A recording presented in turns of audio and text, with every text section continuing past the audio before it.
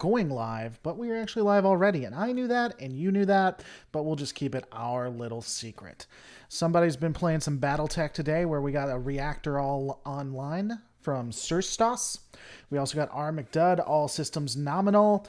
That may be Battletech too, but what that reminds me of as well is the, what was it? The opening to a horror TV series. I forget what it's called. It's Please Stand By. Everybody knows it. I want to say The Outer Limits, I think is what it was. Reminds me of that opening. Hey guys, how are all y'all doing? I am doing exceptionally well. Got quite a few things to talk about. Apparently also got into an argument with somebody from, let's see, from Trek Geeks. I didn't even know he was a co-host. Can't answer simple questions, that Bill Smith, Trek Geek Bill, Twitter. That's unfortunate. Hey, if you want to see stuff like that and it get all spicy with the spiciness, definitely check me out at twitter.com/Lore Reloaded. That just happened. Unfortunately, Trek Bill did mute me because he can't answer a simple question, and that just made me sad. But beyond that, you can also check me at twitch.tv/Lore Reloaded. Tonight, I should be doing a 2 or 3 hour binge where we're going to play something lore related. I'm thinking maybe doing a Telltales and just walking through the lore on that. I don't know. It depends on what people want to do. I will, of course, be doing Star Trek Online as well. And finally, good folks, just so you know, it has been confirmed, Ketwalski and I will be having a podcast on this channel starting together. Oh, last thing, and that will have some special segments that only patrons and members can see, but for the most part, everyone will see it. Last thing, I also have a writer from Voyager going to be joining us next week, Wednesday, 8 p.m. Central Standard Time. Really, really excited about that. You guys should definitely make sure you're available. Don't take any guff from anybody. I don't take guff from nobody. Jeff, I will always, baby, I will always beam you up. You don't have to worry about that. I wish to see Lore Reloaded to eat the hottest pepper in the world. Maybe. I mean, if you guys are into it and I can find a way to make it financially useful, I'm not against that, good sirs. What's going on? Hidden Trail Video, Milton in the house, Ona Inada, Red Rocket standing by. I, too, have watched South Park and know that reference. All right, so today we're going to be talking about a couple of things. A few things that always piqued my interest. It's always... Being me is an interesting experience. Now, I know that may come off as kind of odd to say, but I usually get it from both sides. Again, something else very interesting for people to say, right? Because the way I look at things, I don't go whole hog one way or another. I try to look at it on a case-by-case basis. Now, there are times when I will pick fights to a degree or troll a person, but for the most part, I try to just, be me, as it were. So that generally pisses off people on either side of a topic. Specifically, like We Are Starfleet or the Phantom Menace, all that good, lovely stuff. So, because of that, let's talk about something that'll get one side mad at me. Now that I already got whoever Trek Bill's side is. I think he's We Are Starfleet. Hey man, do you have a legit start time? Why before 12 Ontario time? I usually start when I can. I try 10 p.m. to 11 p.m. Central Standard Time when it comes to this. If I can't make that window, then I do it later at night. I can tell you that on Wednesday of next week, 8 p.m. Central Standard Time for sure, where we'll be having a writer from Star Trek Voyager, which I'm really excited about.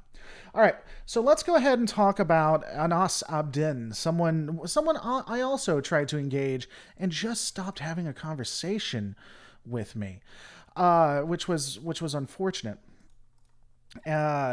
So let's discuss his plight. For those who don't know, then you obviously haven't been watching my channel or have been living under a rock.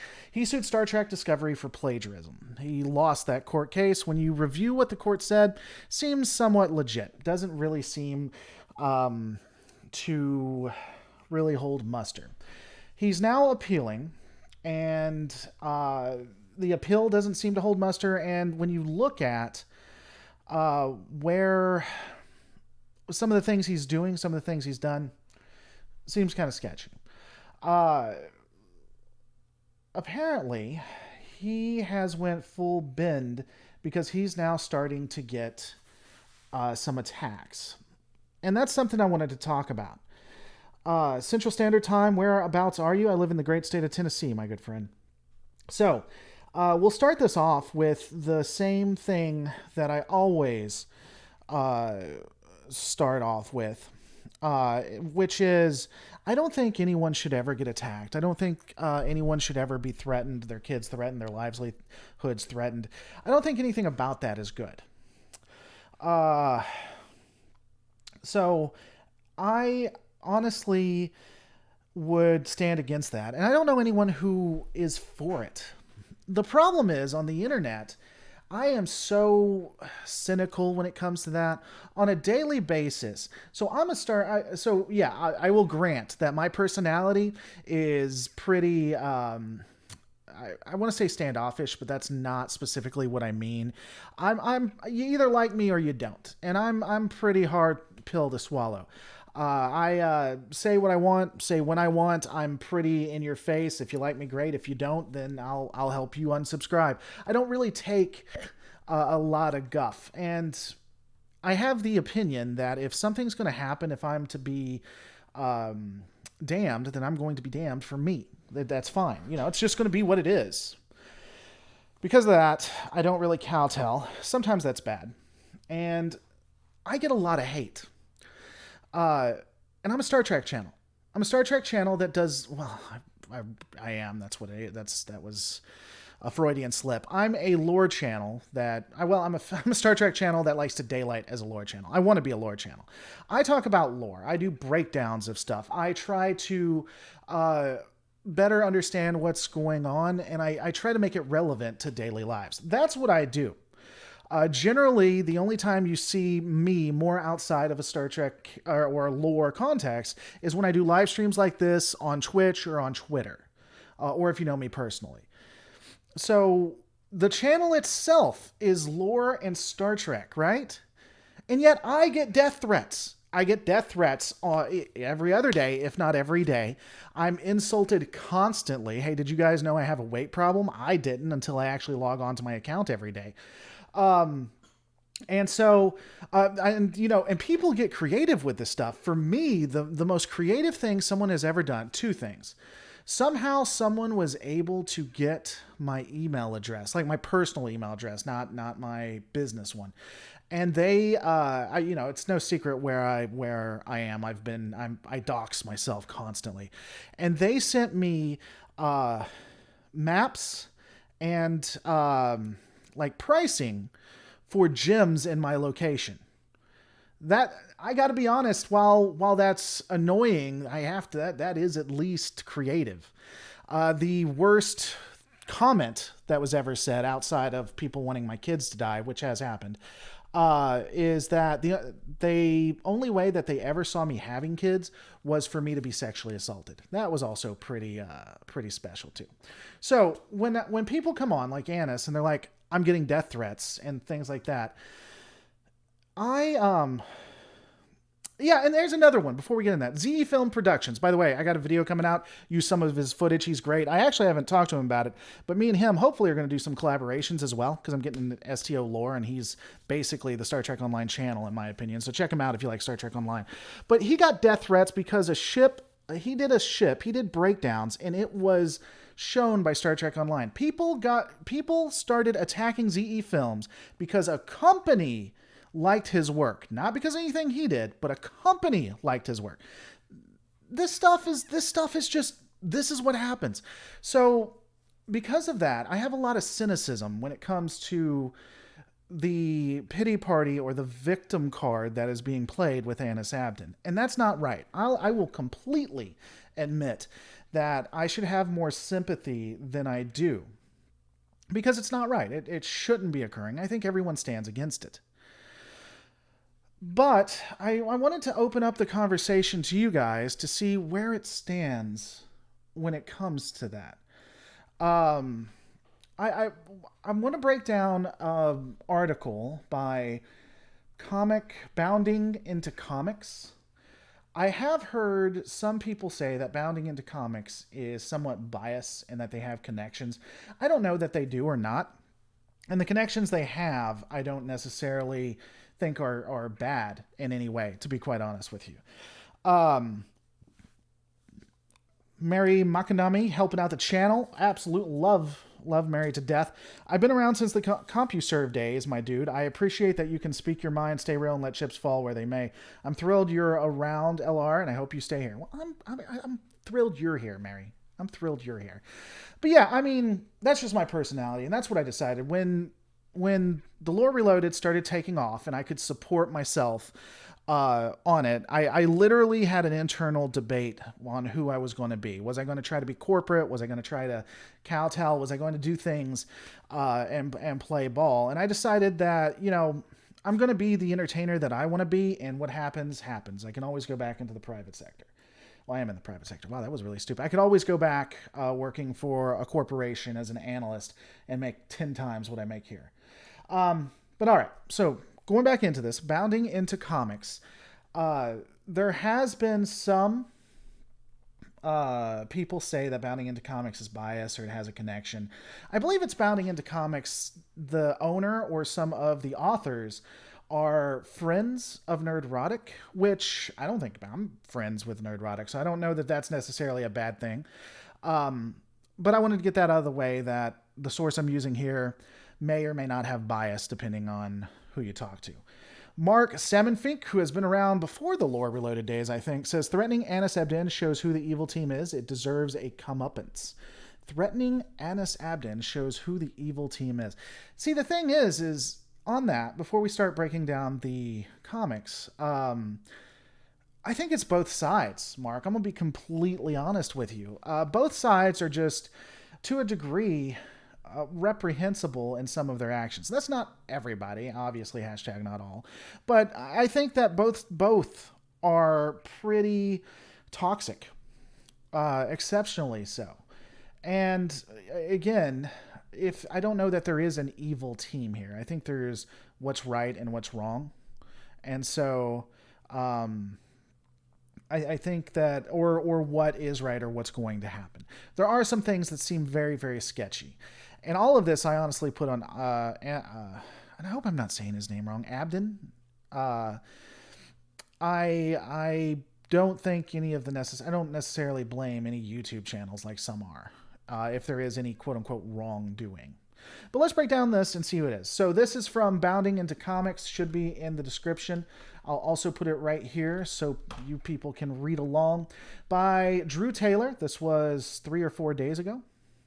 Andrew Maddox, can we all just get along, please? Yeah, why can't we all just get along? Come on. By the way, thank you guys for supporting the channel. This is how I keep the lights on and keep doing all this wonderful stuff for you.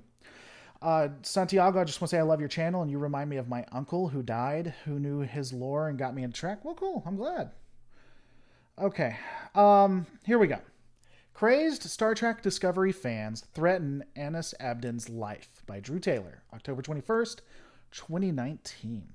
In the wake of Anis Abdin's tragic loss in his lawsuit against CBS, a lot has happened. Before we get into this, Bounding into Comics, just out of a morbid curiosity, is there an about section?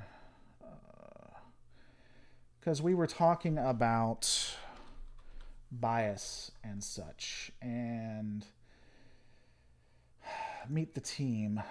Bounding into Comics is the premier destination for nerd culture, focusing primarily on comic books, comic book movies, and comic book television. We cover news to our growing audience on a wide variety of topics, from movie trailers, blah blah blah. We leverage our network of press contacts and creators to provide exclusive insights into the comic book. That doesn't tell me anything. Drew, what's up, Drew? Who are you? Drew Taylor, the one and only Supreme Heretic, Battlestar Galactica, Star Wars, so it doesn't tell me what you are. All right.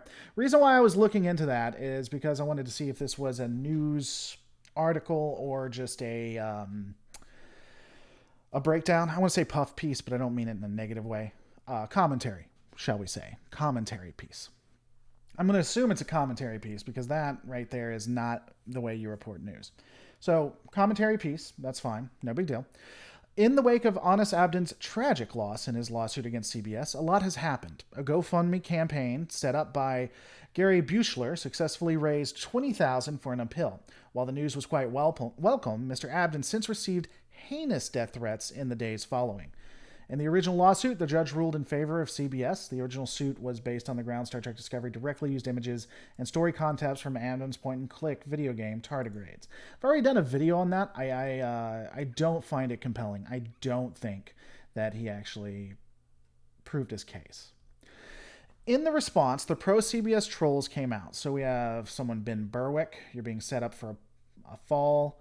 Droxaqueen, what is tragic is that these outrage merchants who convinced you to take this on won't be there to bail you out when CB asks you to pay for their legal fees. So, see, the point on that, so Droxaqueen, I don't know who the hell this is, in my opinion, has it pretty wrong there. Again, a lot of people like to say it's like YouTube channels that are making Anis do this. And after personally interacting, assuming that Abdin is in the wrong, I wouldn't put it on the channels. I think the channels are sincere. I think Nerdrotic's sincere. I think Random's sincere. I don't think they're doing this just because they want to attack CBS or anything like that. I sincerely don't. I see no evidence of that.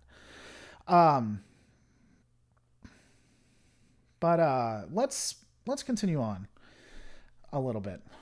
Jeff apparently gave a heads up. What heads up has Jeff given us?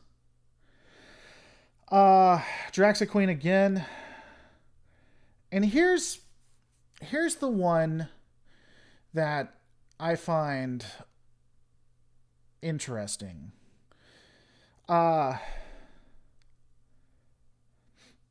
He shows us a picture, a lovely good night email from Star Trek Discovery fan. Again, so Anis Abdin does a tweet that has a very lovely goodnight email from a hashtag Star Trek Discovery fan. Sorry for the disturbing image. Not sure if I can sleep now, not from the thread itself, but from the image. Justice for Anas. And this says, yo, F-slur, if you don't drop the appeal, you know what they do to F-slurs like you in Kuwait. Kuwait spelled wrong. I will call the police. They're about you gay games. I'm assuming more F-slurs. And so he removes any way to verify or look at this information. And it's a picture of people being hung with his image right there, his head, like his cartoon head there. I mean, that is probably one of the most aberrant things I've ever seen. But it's not, I don't think most Star Trek Discovery fans would agree with that. Definitively, almost everybody on planet Earth would disagree. The writing in it is just odd. And I guess this is where the cynicism comes in. I wonder if it's not just being used.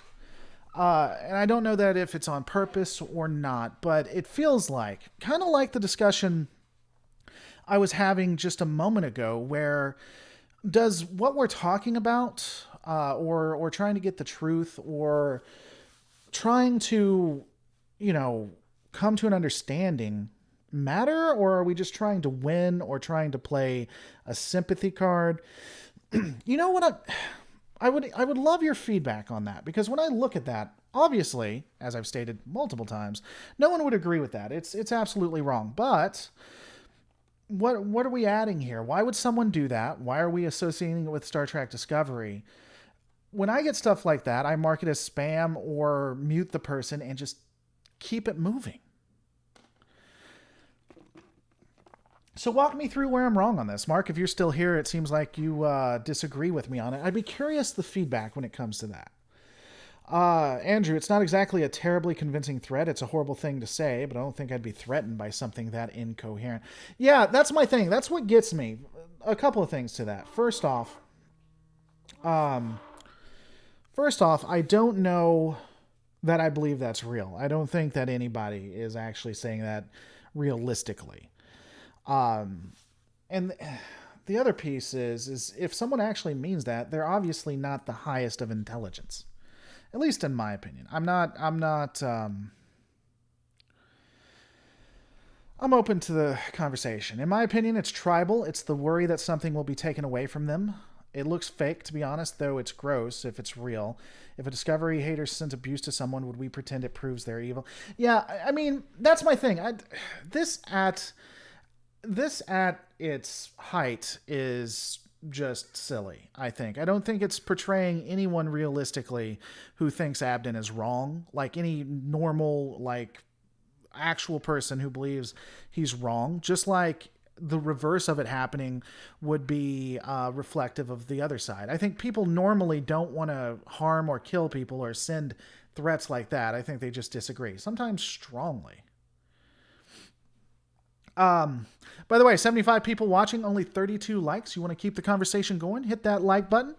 It's the best way to ensure that, well, beyond watching, it's the best way to ensure that we continue to go. I think in a lot of cases we have bad faith actors who don't really care about the issue, and these kinds of attacks are just proxy wars for another issue.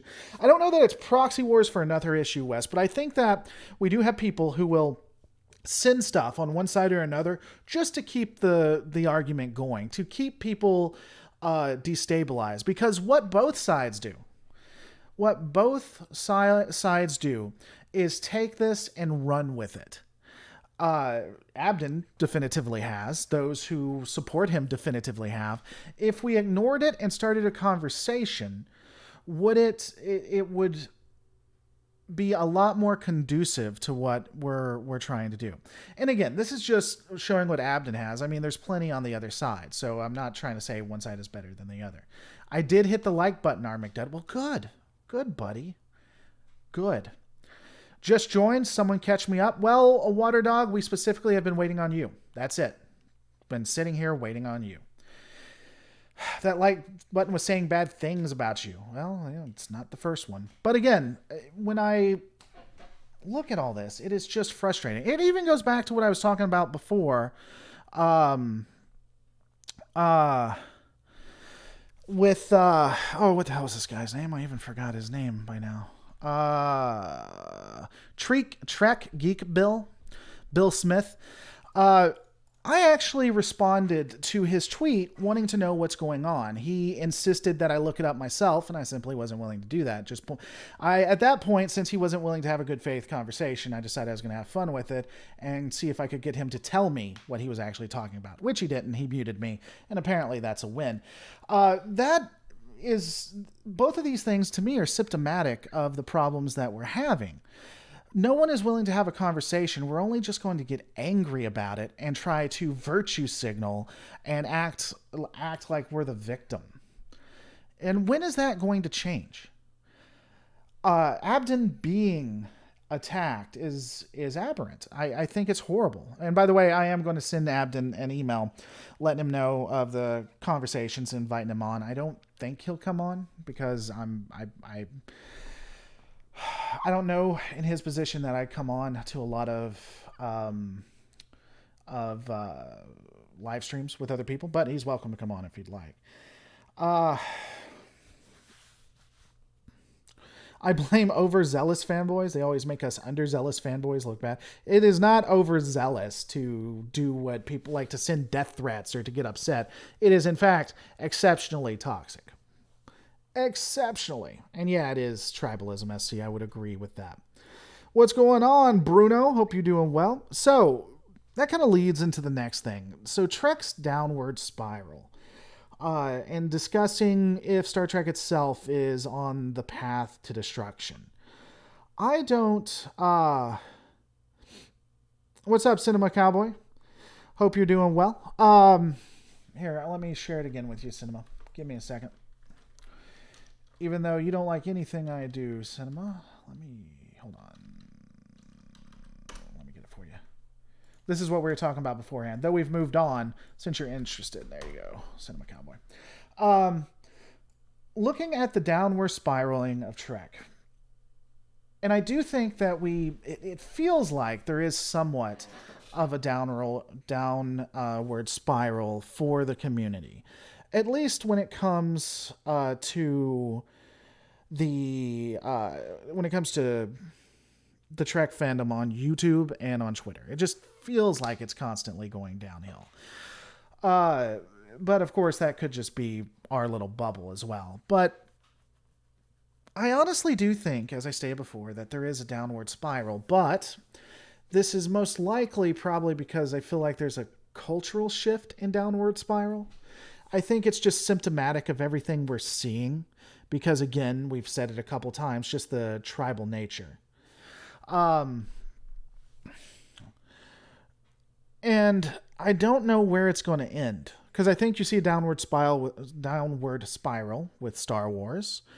And almost anything else that you could see. It's just both sides are just endlessly attacking each other. And as long as our culture continues that shift, I don't know that we're going to see any kind of changes. You even see it reflected in the overall themes of the things that we're fighting about. Trek was heavily influenced, more so than we've ever seen, by politics, and was at least season 1 was written in a way that was heavily divisive and to divide people. And that, I think that only supercharged what we were seeing on YouTube and on Twitter. I never said I don't like what you do. I appreciate your DS9 takes, at least some of them. Cinema, I'm giving you a hard time, buddy. I'm giving you a hard time. Andrew Gilbertson, I don't think Trek is on any downward spiral unique to the franchise. Star Wars, Doctor Who, and any number of franchises doing the same thing. Yeah, I agree. Doctor Who's another one that I didn't think, that I didn't mention, but I would agree. I think Doctor Who probably started getting hit before Trek. Now, that could just be me. But I wish there was a way to fix it. But I'm not sure that I don't think there's an appropriate way to do it, honestly. I don't know. Everyone would have to agree that we can attack ideas and not the person. And first off, there are bad faith actors that won't let that happen, like what I think we're seeing with the death threats. But also, people just aren't willing to do so, you know? You could try to combat it by just being this 100% happy channel. This 100% everything's great, kumbaya, things like that. That doesn't fix anything. That at best covers up the lie, but more than not just is lying to yourself and everybody around you. I don't think that our society has the ability to both be honest, be critical, and not and have conversations. I just don't. It's all nostalgia poisoning and people swilling toxic haterade. Well, it depends on what you think on swilling toxic haterade is, SC. You and me would probably disagree with that. I would agree. I would say that we're probably on the same level when it comes to people looking at nostalgia and or having nostalgia and thinking it was something it wasn't. That I would agree with. Everyone wants to attack like a cardiac. Yeah. Hey, that rhymes too. There you go. Immediately hit the like button. Does that make me a lore lemming? No, CP Lassen. It makes you an incredibly intelligent person who will be able to attract the male or female that you want. And that's just, you can't prove that's not true. Yeah. So everyone wants to attack. Where we said that. Where was the other one? Like Country Roll's Guardian Spice trailer has been more about the people behind it than the actual product. I didn't know a lot about that, but yeah, and that to me seems like what Discovery did. They tried to make it more about them, what they wanted. What's going on 100% America Buffalo? What they wanted, what was going on in their world. Discovery did the same thing, and I think that poisoned the well to a large degree. That made a lot of people not like it. I'll be honest, though. When it comes to Doctor Who, I haven't liked it since... what is his name? Tennant was my favorite. The guy after Tennant, I forget his name, but he was a good actor. I wasn't a huge fan of. It started stumbling. Then we had Clara, which is the worst character that has ever been written in literature ever. Literally no character could ever be worse than Clara. I don't care who they are or what they've done. Then we have Clara. And then it got into Capaldi, and I lost all interest in Doctor Who. Great channel, and found the channel early this year. Well, Brick, you're a great person, and it's good to see you. Matt Smith. Yeah, Matt Smith. Uh, for me, they were actually better. Oh, you guys are talking about something. I may have issues with Star Trek Discovery and the showrunners, but that is zero reason to turn to threats or threatening behavior. I would agree. But it's, it's just the way our lives work. SC, I'll kill you. So there's my threat for the day. I'll kill you, Lore Reloaded. Matt Smith was the best. Matt Smith, I didn't like Matt Smith. Wesley Crusher, I swear to God, Clara is worse than Wesley Crusher, just barely. I would think they're brothers and sisters. Did you ever take the Myers-Briggs? If so, what did you get?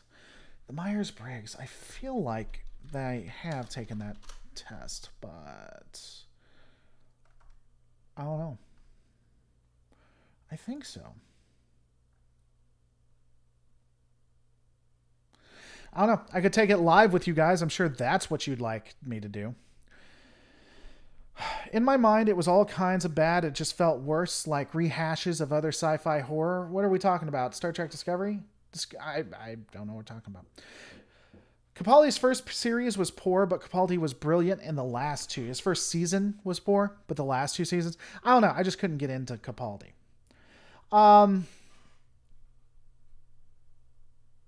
And that's another question. Again, a lot of the spiral I think we see is probably unintentional when it comes from TV series and movies. I 100, with the exception of Discovery to a large degree, a lot of what's going on in TV series and movies is an attempt to respond to marketplace pressures. A lot of people are talking about feminism and feminist and empowerment, and that's why we're seeing characters like Rey. That's why we're seeing other characters that are trying to fill those slots. But because it's trying to get a dollar and not understand what they're talking about, it's not coming off as well as it could be. I don't think Rey is Mary... Well, no, I think Rey is a Mary Sue. I think she fits. Now, Mary Sue is so very ill-defined, but I do think that Rey is a Mary Sue. Because of her actions, at least in The Force Awakens. When it comes to the second movie, not...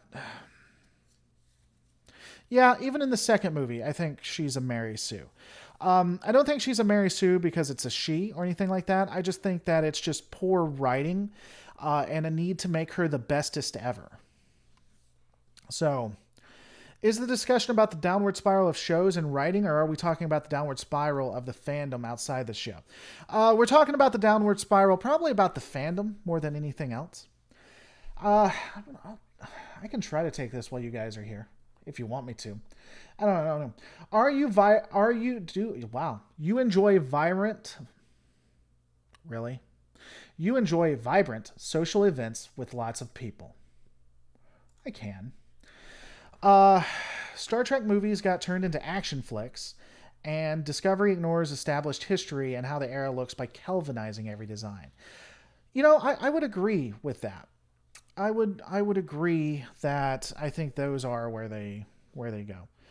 Rey loses in The Last Jedi.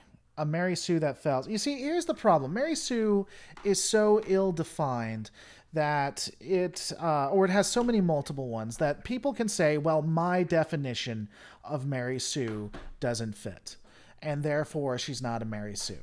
That's one of the reasons I don't like that. I don't like the term all that much.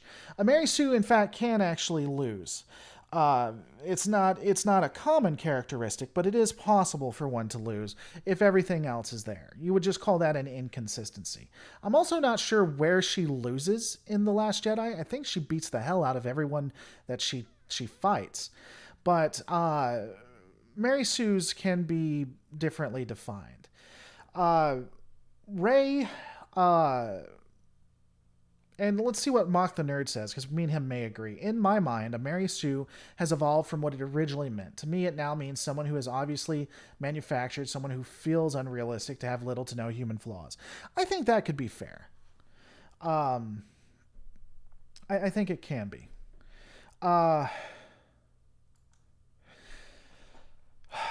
SC, what the hell are you talking about? When the fandom menace can equate characterizations as sexual assault, you are inviting... Where'd it go? You are inviting to bring out the worst in people. I have no idea on God's green earth what you're talking about. If you can give me something more definitive, because I don't know what that means. I love Star Trek Discovery starships, like the USS Shinzu. I really like the design. Does that make me a bad person? If you like Star Trek Discovery wholesale, it doesn't make you a bad person. That's one of the things I hate about. That's one of the things I absolutely hate about this entire discussion. If someone really likes Star Trek Discovery, then that's great. I am so happy for people who like Star Trek Discovery. I think it's cool that you can enjoy it. There are things I love that people don't like, and as long as they can appreciate or at least respect the fact that I like it, then who cares? If I like the ships too. I think that it's a very interesting science. Well, no, I won't say that. I think that there are some great aspects from looking at it as a science fiction piece of work. But it simply has a Star Trek skin. Season 1, definitively. Season 2, generally. We'll see Season 3. So I again, if you like something, it doesn't make you a bad person for liking it. Rey is just poorly developed, probably because of the jumping around to different writers. I know that she had a ton of potential, as did Finn and Poe. Yeah, I mean... Rey, without having any training, is able to utilize. Rey, without having any training, is able to. We'll address that in a second. SC. Rey, without having any training, is able to use the mind trick, which takes quite a bit of training. Is instantly good with all kinds of weapons, including a lightsaber, is able to start utilizing the Force in ways untold of that Jedi Masters take time to learn, and she can just instantly do them. She can best the best Jedi Master in the universe is bested by her. She just generally has a power level that is not earned. That is just given to her just because. It is so unrealistic to be breaking of the entire universe. I would call that a Mary Sue, but if you don't want to call it a Mary Sue, we can just say it's bad writing. For instance, I don't think Michael Burnham is a Mary Sue because I don't think she falls under... I think she's as close as you can get, but I don't think she falls under that necessarily. I think she's just badly written. Rey would be a Mary Sue. Clara, for damn sure, is sorry, I need to stop cussing. Clara is definitely a Mary Sue. Doomcock equated the new Spock as sexually assaulting the character. Well, then that's stupid. That is the most ridiculous thing I said, and I would agree that that's meant to inspire positive and negative opinions, and thus was a bad idea. I don't think that should have been said. I completely agree with it. I completely disagree with it. Your travel plans are more likely to look like a rough list of ideas than a detailed itinerary. I would generally agree with that. Rey loses by not convincing Luke Skywalker to get off his grumpy old A and do something. That is the dumbest. If that's what you're saying is losing, that is silly. Not you, Jace, just the idea. I would not stand by that. Also, child Anakin is totally a Mary Sue. Clara from Doctor Who is, I hate Clara from Doctor Who. Child Anakin is a Mary... How is Child Anakin a Mary Sue? I'd be very, very curious. I'm not saying he's not. I'd just be very curious. Shouldn't it be unrealistic for both sexes, says Jimmy Dean. I think it'd be unrealistic for any character. Mary Sue can be male or female, in my opinion. Force powers are mystical, so someone being more gifted is just part of the magic. That is... No, SC. Now I remember why you and I don't talk anymore. That is the dumbest thing I've ever heard. There are specific and consistent rules on how the Force works. Yes, it's space magic, but within the universe, this space magic has consistent rules. Once you start breaking those rules because you want to make money, you've cracked and destroyed the universe. The rules are specifically set. The Force you cannot just instantly start using using. You cannot find anywhere that it says that. That is ridiculous just to say it's space magic. Because if you're going to say that, then I'm going to say that she is evil because the space magic more comes inside of her because she's just so evil. And that's how that space magic works. And you can't prove that it's wrong. Screw consistency of the world. Baby Anakin blows up a spaceship? Oh, you mean when he was...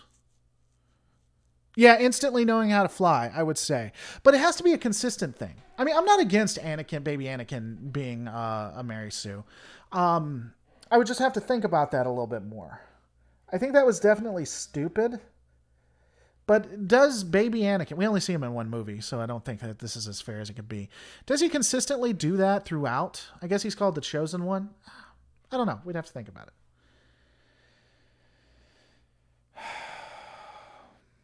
No, that's not how it works, Cinema Cowboy. Han Solo does not use the Force. While the Force flows and connects everything, it doesn't. It can only be wielded by certain gifted people. They tied it to midi-chlorians, which is an interesting thing to do. But no, not everyone uses the Force, at least not in the way that we see it. Please watch Shadowversity's Fight Autopsy of Episode 8's Throne Room. Can you send me the link to james@lorereloaded.com and we'll take a look at it? You often think about what you should have said in a conversation after it has taken place. Often, not often. I have. There have been instances in Legends where the Force has appeared in people with no previous powers. Yeah, okay, Riley Morris. Can you please provide me a source where it appears and they can instantly use it to do everything Rey did without any training and in under a month? If you could provide that for me, I'd be very interested in seeing those resources.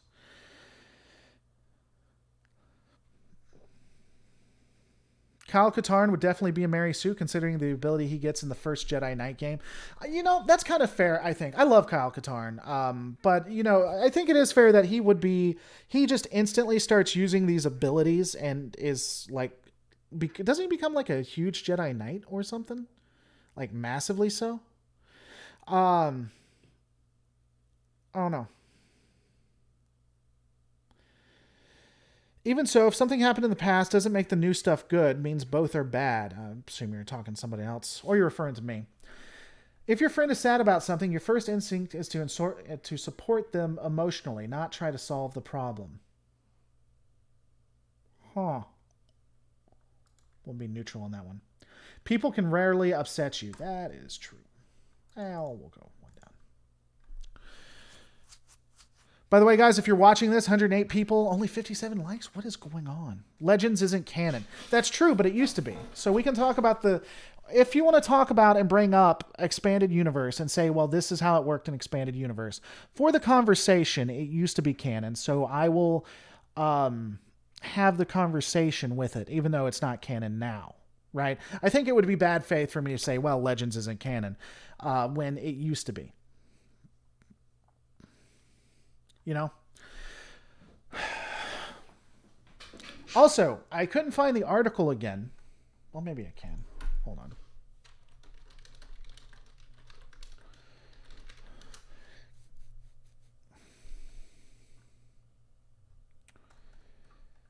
Yeah, there's no articles. I heard and saw an article, but it's not really confirmed, that Picard may have his own movie, which I think is interesting. Legends is 10 times better than the new canon that Disney is putting out. I like a lot of Legends.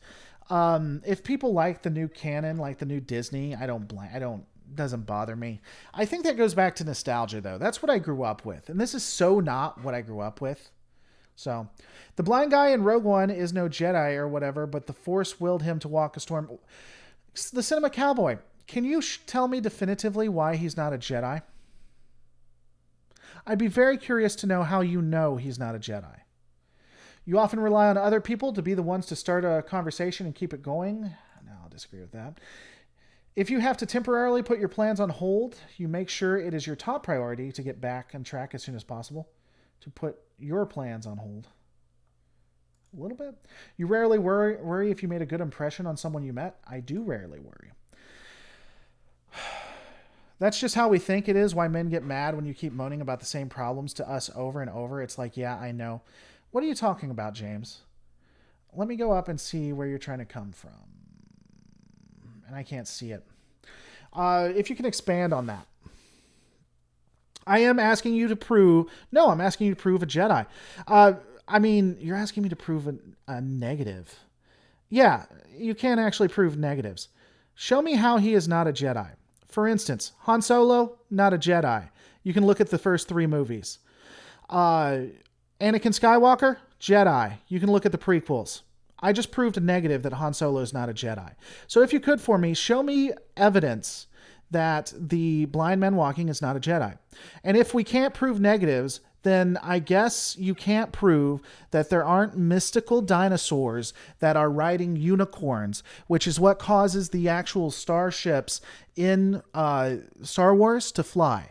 You can't prove that doesn't happen.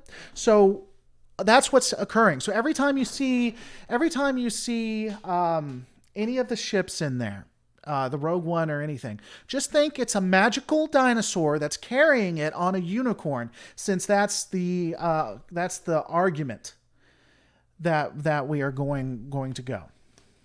Now, if you want to know why, there is no one else that utilizes his abilities like he does except for Jedi. So Occam's razor tells me that he is most likely a Jedi.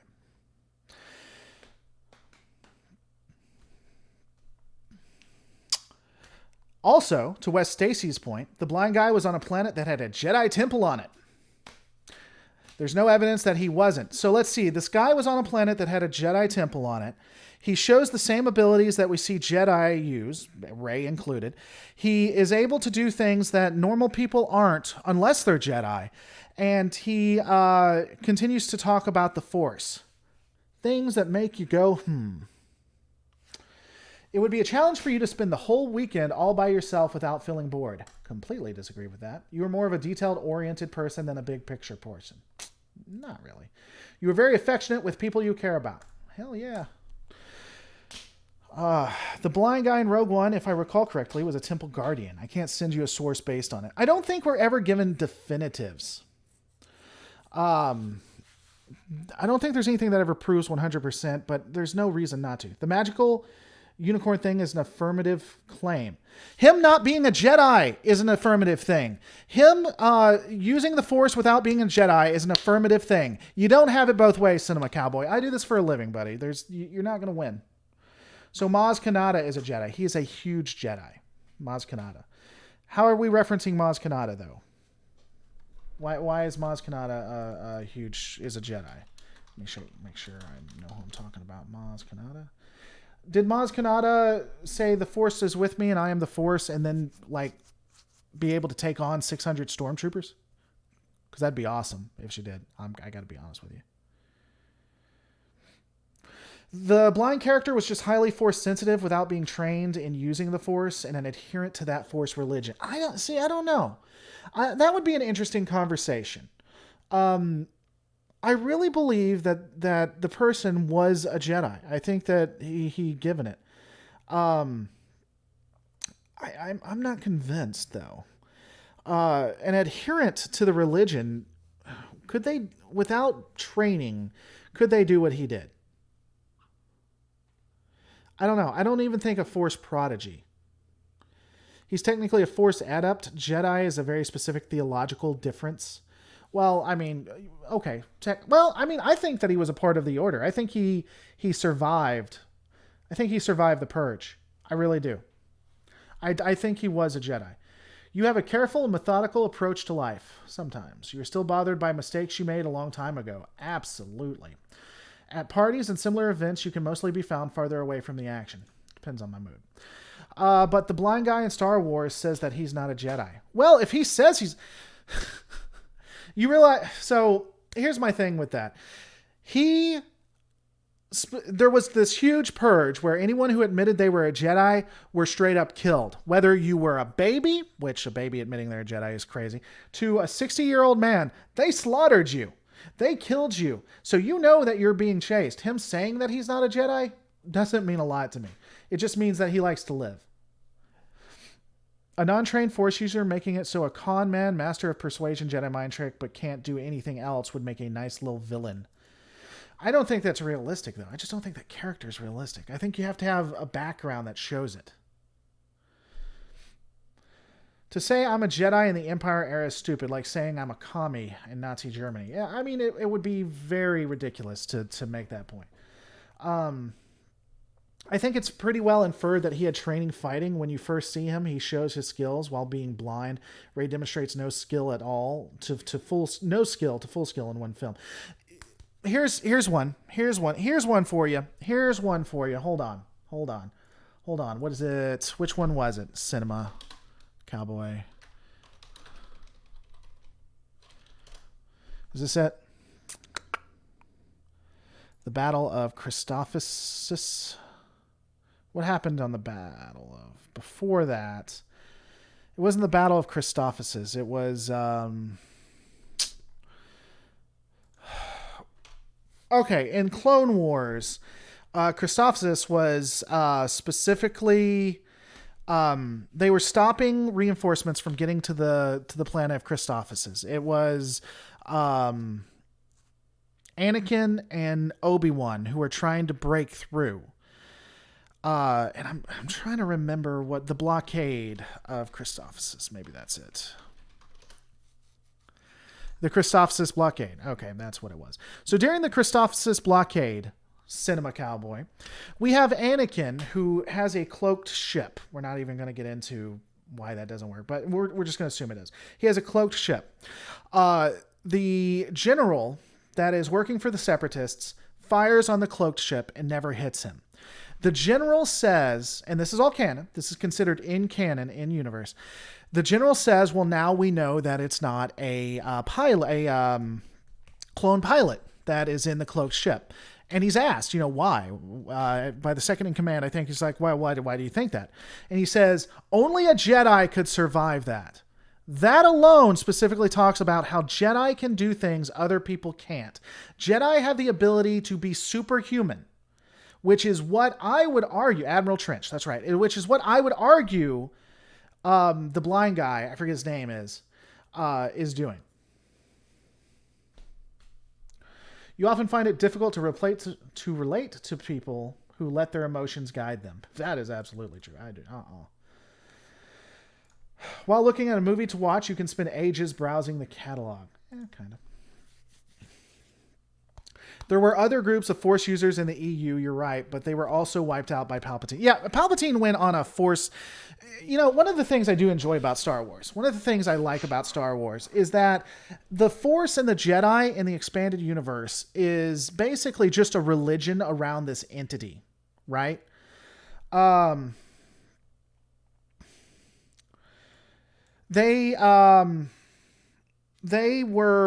We just see from the Jedi's perspective this mystical force being used by them, and this is their religion around it. But there's all kinds of religions around what we call the Force, and that was really interesting to me. Like the mother and the sisters and stuff, their religion, which I think was intriguing. I would appreciate it if we got off of the Nazi and communist stuff. You can stay calm under a lot of pressure. I seem like I stay calm. I don't know that I do. By the way, I'm also taking this personality test because it was requested of me. Couldn't the guy who says they have been wrong, like I said, only evil Knievel could survive? I don't know what you're saying there. Source notwithstanding, Kathleen Kennedy told Internet Entertainment News the Shrut was not a Jedi, more warrior monk.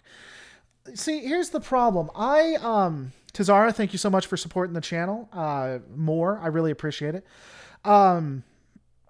I believe in a concept called it's called Death of the Author. It's something I've been studying quite a bit. The death of the author.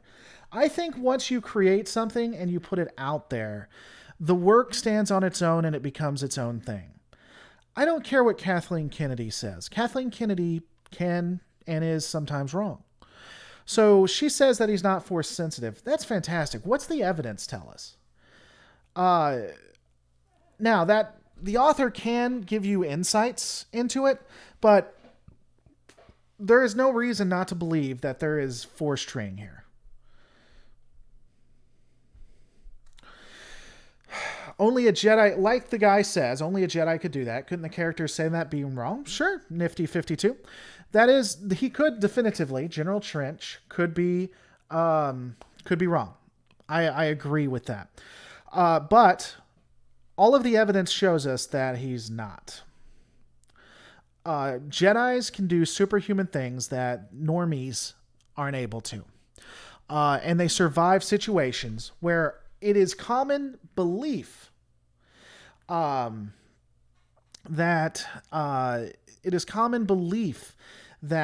Jedi survive things that no one else can. Now, everyone could be wrong, but Occam's razor tells us they're not. We don't know that if there was a Jedi Force Ghost training Rey on Jakku. She had no idea about Force. She really didn't know how to use it. The concept had to be introduced to her. She had to try to do it, and she failed, and she continued to randomly use it, and it just spurred up, but a random Force Ghost was training her on Jakku. You nailed it. You beat it. You won. I've lost this battle. I give up. When in a group of people you do not know, you have no problem jumping right into the conversation. Generally, when you sleep, your dreams tend to be bizarre and fantastical. In your opinion, is it sometimes okay to step on others to get ahead in life? No, I disagree with that. You are dedicated, focused on your goals, only rarely getting sidetracked. I'd agree with that. Han Solo also survives things that ordinary people probably wouldn't as well. What, Leo? What did he survive that ordinary people wouldn't? If you make a mistake, you tend to start doubting yourself and your abilities or your knowledge. I can agree with that. When at a social event, you rarely try to introduce yourself to new people. Sometimes.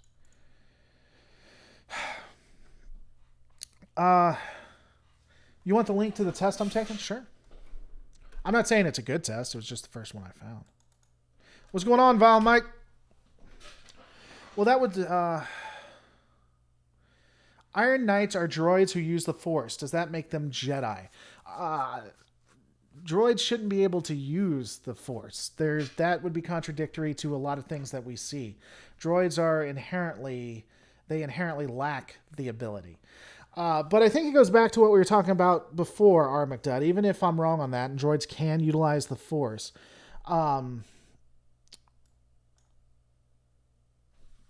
Not to, what was I saying? Oh, not, even if we accepted that droids could use the Force, I already talked about how the Jedi specifically focus on it as a religion, and it's possible to have other entities, and in fact, we do see other entities that use the Force. They just use it in a different way, or they call it something different. So, are they Jedi? They may have the abilities of the Jedi. And I'll even go back and say, was that guy, I think the guy's a Jedi, because I think there's enough evidence. He's at a Jedi temple, he calls it the Force, he knows a lot about the Force, yada, yada, yada. But even if he wasn't a Jedi, he could still have the Force. Technically, there's sentient Force-using crystal and droid bodies. Okay. You never let yourself cry in front of others. I don't cry generally. You feel more drawn to places with a bustling and busy atmosphere. It depends. I get bored. You like discussing different... Well, I don't get bored, but I think that I need to see people. You like discussing different views and theories on what the world could look like. Hell yeah. When it comes to making life-changing choices, you mostly listen to your heart rather than your head. Now, fuck that. Don't ever do that, people. You cannot imagine yourself dedicating your life to the study of something that you cannot see, touch, or experience. At this point, I would agree with that. The Force does not belong to the Jedi, says Walter Ramsey. I would agree with that. I don't think it does. Someone watched Space Dog's video about Grey Jedi. Interesting deconstruction of the fewer Force users, the stronger they get argument, which occurs around Rey and Kylo. I haven't seen that. I haven't put any ads on this Sci-Fi. Sci-Fi Nation, if you guys are getting ads, that's not me. That's YouTube. I literally have not told it to put stuff on this. I haven't seen that one. I'll have to take a look. I don't know. So I guess what Space Talk is trying to say is that if there's less Force users, then it becomes more powerful in the others. I'll have to take a look at that. That's interesting. That's not the way I've ever looked at it. But I don't know. You usually prefer to get your revenge rather than forgive? Not generally. You often make decisions on a whim. Yeah, that'll do. The time you spend by yourself often ends up being more interesting and satisfying than the time you spend with other people, generally. I'm pretty awesome. I like spending time by myself. You often put special effort into interpreting the real meaning of a message or song or movie. Yes. You always know exactly what you want. Not always, but generally. So we'll take that one up. You rarely think back on the choices you make or wonder what could have done differently. Now I regret my past a lot. The very concept of great Jedi contradicts the way the Force works. Yeah, I would agree with that, but I think that the Jedi were probably wrong. I don't know that the Jedi were right that there's only a light and there's only a good and a bad side, a light and a dark side. We know there are other entities that utilize the Force. They utilize it in different ways, and it accomplishes different points, and it looks different. So I think what we're looking at right now, generally, is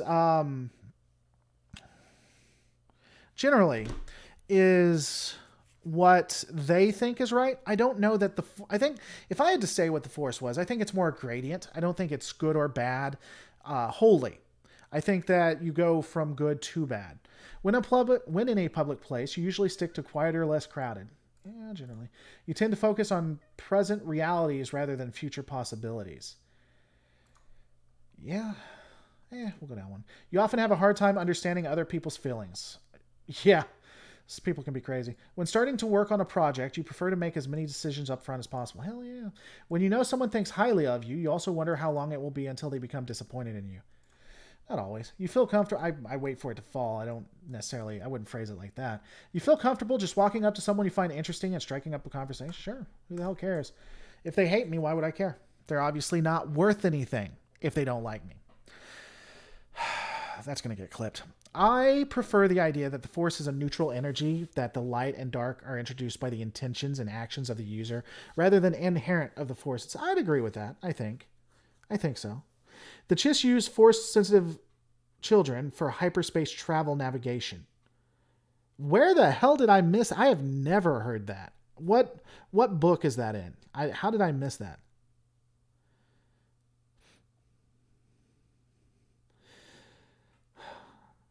At Waiter MC, oh, you guys. If you're talking about Han Solo surviving the torture that his father-in-law put him through before he threw in carbonite, why would that cause him to die? I still have seen no evidence that he did anything super out of the ordinary, super intense. Yoda told Luke he had to choose which side by either facing his fear or running away from it. Sure, and Yoda was a convert of the Jedi. Doesn't mean the Jedi's right. A Catholic priest will tell me that Catholicism is my best chance of getting into heaven. A Baptist will tell me my best chance of getting into heaven is being baptized. Doesn't make either of them right. You often drift away into daydreaming about various scenarios or ideas. That's how I go to sleep. You look after yourself and others come in second. I disagree. No. Even when you have planned a particular daily routine, you usually just end up with what you feel like at any given, yeah. Your mood can change very quickly. No. You often contemplate the reasons for human existence and the meaning of life. That I do. You often talk about your own feelings and emotions. Hell no.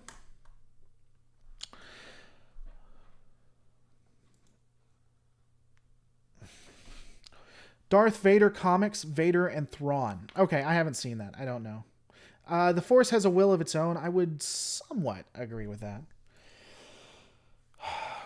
And an Orthodox will tell you to join the Glory Way. I don't know what the Glory Way is, but okay. That torture Han went through on Bespin was designed to be survivable. It was an interrogation tool and Vader wanted... Yeah, why would that make him not survive? That doesn't make any sense to me. I don't understand why we'd say that.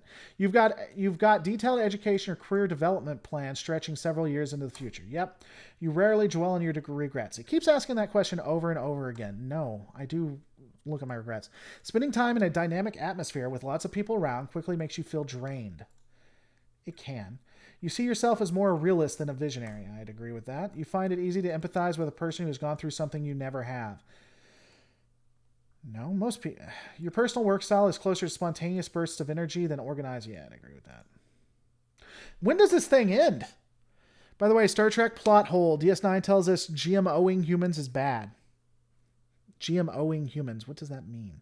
I think both the Jedi and the Sith are wrong once they all committed genocide. They all have, yes. What's going on, Wesley? Hope you're doing well, buddy. The Force is microscopic beings called midichlorians. They are being controlled the populace for their own agenda. That is true. Now, Thrawn, from what I've heard, if anyone is a Mary Sue, it's Thrawn. I don't think so. Thrawn has failures, and he I don't know. I mean, I've read Thrawn, but I haven't looked at all of his stuff. He may be. You see, that's the interesting thing. A lot of people, not necessarily you, Cinema Cowboy, but a lot of people will give the whataboutisms. Like, well, if X is, then someone else definitely is. Maybe they are. I don't know. It doesn't make or break me if I'm wrong about things, you know?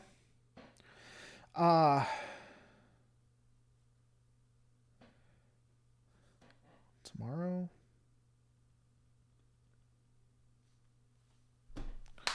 So, I don't know. Your emotions control you more than you control them. They can. After a long and exhausting week, a fun party is just what you need. Fuck that. I'm sorry, guys. I gotta stop cursing. I've recently started cursing, and I don't want to do that. Thrawn loses almost every battle in the show. He's the opposite. In the show, maybe. But what about in the books and stuff? Because when I took it, I didn't necessarily think of the show. I believe Han did become a Jedi in the What If comic. Okay, in a What If comic, sure. You frequently find yourself wondering how technological advances could change everyday life. I mean, not frequently, I do. You always consider how your actions might affect other people before doing them. You still honor the commitments you have even made if you have a change of heart. Generally, I do that, yes. You rarely feel insecure. Sometimes I do. All right, are we ready for what I am? Are you guys ready? Are we ready for this? Because I am so excited. All right. My personality type is, are you guys ready? Here we go. Advocate. INFJ-T. I've had this done before, but I decided to do this one. I am 56% introverted, 55% intuitive, 57% feeling, 56% judging, and 60% turbulent.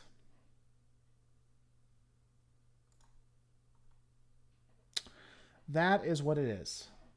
The advocate personality type is very rare, making up less than 1% of the population, but they nonetheless leave their mark on the world.